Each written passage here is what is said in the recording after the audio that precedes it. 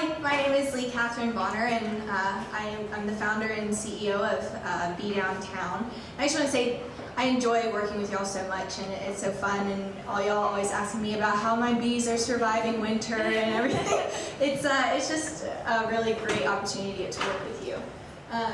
So 80% of our fruits and vegetables come from honeybees. 80%. And every third bite of food you eat is attributed to a honeybee. And honeybees have recently been in the news a lot and in the spotlight, but not for good reasons. It's because they're dying at alarming rates around the world. So 80% of your produce, okay, that seems like a good amount of your produce. This is what your average grocery store looks like. And if the bees were to disappear, it would go from looking like this to this.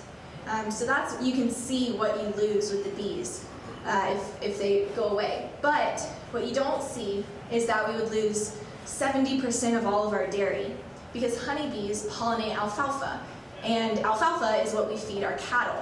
So we would lose 70% of the dairy, meat prices would skyrocket, and we'd turn to our oceans for food. We'd overfish our oceans in a matter of months. So the bees, it's really important for us to build these sustainable environments for bees. And it seems like a catastrophic situation that I just gave to you guys, but in the last 5 years alone, the United States has lost a third of its honeybee population. And around the world in the last 30 years, we've lost 50% of our honeybees. And we rely on them for our food. But there's hope because honeybees are healthier in urban environments. They've got stable living conditions. There's plenty of food and less pesticides for the bees. So the hive on the left is the Burt's Bees observation hive that we put in. And what we do is we install and maintain beehives in cities where the bees thrive. And that simultaneously provides a progressive marketing tool for businesses with the hives. So the Burt's Bees hive, it's really fun. It was one of the first hives we put in, and last summer I was just going to check on the bees, and a DPAC show happened to let out at the same time. And in 30 minutes, 150 people stopped by this hive. And it's, a lot of families and children, and kids' faces are pressed up against the glass, and they're so excited about the bees because they haven't seen anything like this before. And then we also do the rooftop beehives. And so the rooftop hives are, this picture on the right is at WREL. And I started Bee Downtown my junior year, and I was interning at American Tobacco for Michael Goodman, and I asked him, I said, how did you feel about one beehive on your roof? And he's like, yeah, let's do it, that'd be awesome. And about a week later, he came back to me and he was like, no, Lily, this isn't gonna work. And I was like, man, I really thought I was gonna get some bees, like this is gonna be so cool. And if anybody knows Michael, they know, doing something, putting one beehive somewhere is not enough. So he wanted this to be something bigger. So he introduced me to birds. And then it kind of just started to snowball, and people started to hear about it, and they wanted bees at their own businesses too. And the reason why companies are so interested in getting beehives from us is that there's a shift in sustainable commitment from companies. 93% of global CEOs see that environmental social governance is something important to them for their business in the future, because consumers now are saying, well, what do you do for the environment? They're starting to hold these big companies accountable for the impact that they have. Whether it be positive or negative, they're going to see what these companies are doing. And consumers are more likely to pay more money for a product and buy a product if they know that a company has sustainable and environmentally friendly commitments. And as more millennials are entering into the workforce, we're seeing those numbers from consumers continually rising. So these are our 5 target markets. Burt's Bees made sense because it was Burt's Bees. But these are the 5 target markets that we have. And all of the companies listed here, they're not examples of companies that we could contact. It's companies that in the last 6 months we've sat down with, had conversations with, have either signed contracts, or we're finalizing contracts with, or we're in continual talks with. And there's 20 companies listed up here. These aren't all of them, but of these 20, 14 of them are companies that I sent cold emails or gave cold calls to. Because most people, if they open up their inbox in the morning and they see bringing honeybees to Red Hat, I can promise you they've never seen that in a subject header before. So they're going to open it up and they get really excited about it because this is something that they can do. They get the honey from the hives. It's a great PR move for the companies, and the employees really love it. So the goal for Be Downtown over the next year is to take this as we grow out the triangle and make it into a franchise model. Because so many people have asked me, okay, they've said, Leigh-Kathryn, this is cool, but how do you scale this? Because it's all about how quickly you can scale. And I was like, well, I'll take it to 100 cities across the U.S. and it can make a lot of money if we do that. But looking, taking a step back and looking at it, that's not really doable for one person. But turning this into a franchise model is something that we can bring all across the world at a much faster pace. And we've seen people from Tampa and from Atlanta and Charlotte saying, are we going to get a Be Downtown? Is there a franchise opportunity? We've even had somebody yesterday emailing about bringing it to a city in Mexico for a micro-franchising. So people are wanting this to become a franchise as well.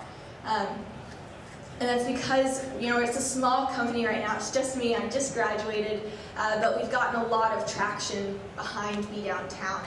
And 2 weeks ago, we had CMT come out to American Tobacco campus to film the beehives on the rooftop there for part of an episode that they'll air in February.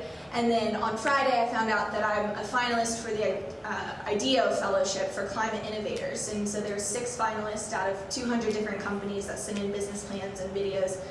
So that's really exciting that we might be able to have that as a resource as well. And the next big step is product, which I'm excited about. We're going to build out the franchise model this year, and later in the year we're going to launch product, because a lot of people have been asking about this, and it's a great revenue source for the business, and I'm excited to bring that on. And probably because I haven't taken a breath yet, you guys can maybe tell that I'm super passionate about honeybees and beekeeping. And how does an international studies major from NC State end up starting a bee business, or as I like to call it, a beesness? People usually like that one. So how did I start this business? And I'm actually a 4th generation beekeeper. So my great-grandfather was a beekeeper. The funny-looking fella on the left is my grandpa, and then the badass on the right is my Uncle Jerry, who's actually one of the nation's top beekeepers. He's a master beekeeper and is just so knowledgeable about beekeeping. They've been an awesome resource to me as I've started this company and grown it. But if you don't want to become a beekeeper, or you don't have a rooftop for me to put bees on yet, as all of you grow, and if you leave the underground, I expect beehives on your rooftops for Be Downtown. But there's so much that you can still do. And I want you guys, as you're thinking about spring coming and what you'll plant in your yard and how you're going to talk to your landscapers, to keep in the back of your mind, make meadows, not lawns. Because we've seen this shift and everyone wants a green yard. If you have a green yard, you're doing something right. If you've got a lot of grass and no flowers, there's no life in yards like that. But if you plant bee-friendly flowers, and if you're careful about what pesticides you put into the ground, then that's something that you're adding life. And it's arguably more important than what the beekeepers are doing, because we can put beehives anywhere, but if the bees don't have food, they won't survive. And so it's really important that, as we're adding bees into these cities, we have people like you that are, working with your kids and showing them, okay, well, let's plant sunflowers this year because the bees love sunflowers. And, let's not spray Roundup or, mosquito spray because that kills so many pollinators. And leaving areas bare in your yard that natural pollinators, native pollinators and solitary bees can live in, so that they have food and shelter throughout the year. So I just want to challenge you guys to think about that. Make meadows, not lawns, this year as you start to plan for your spring gardens.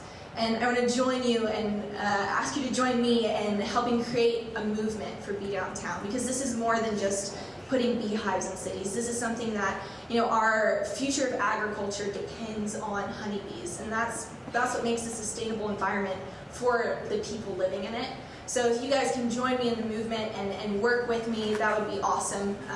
Thank you for your time.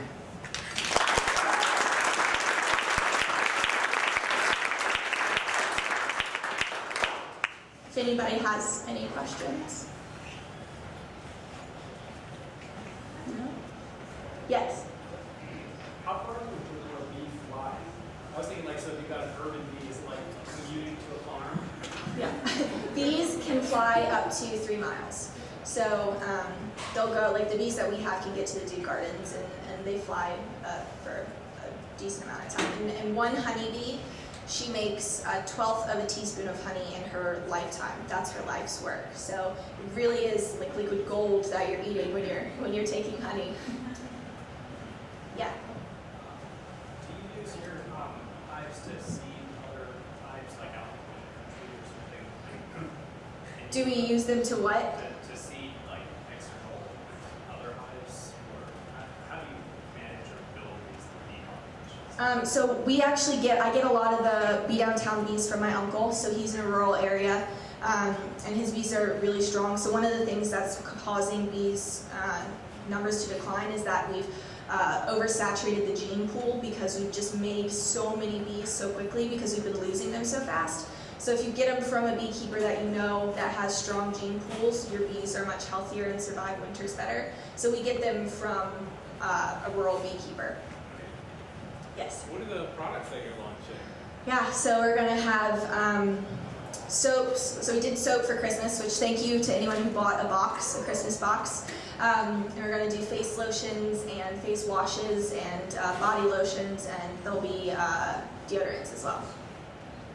Yes? Why don't you sell the beehives to residential homes? Yeah, that's an awesome question. So if you don't know about beekeeping, there's so many different things that can happen in a hive throughout the year that the bees are doing naturally. If it's really hot one day, they'll all come out on the front of the beehive and fan their wings to keep their hive cool. So if you don't know that that's happening, you would think that a lot of people think the hive is swarming. So we get a lot more emergency phone calls when we have them in residential areas about people thinking something's wrong with the hives. And so it's expensive either way for us to have a beekeeper, so it's easier to target companies instead. Yes?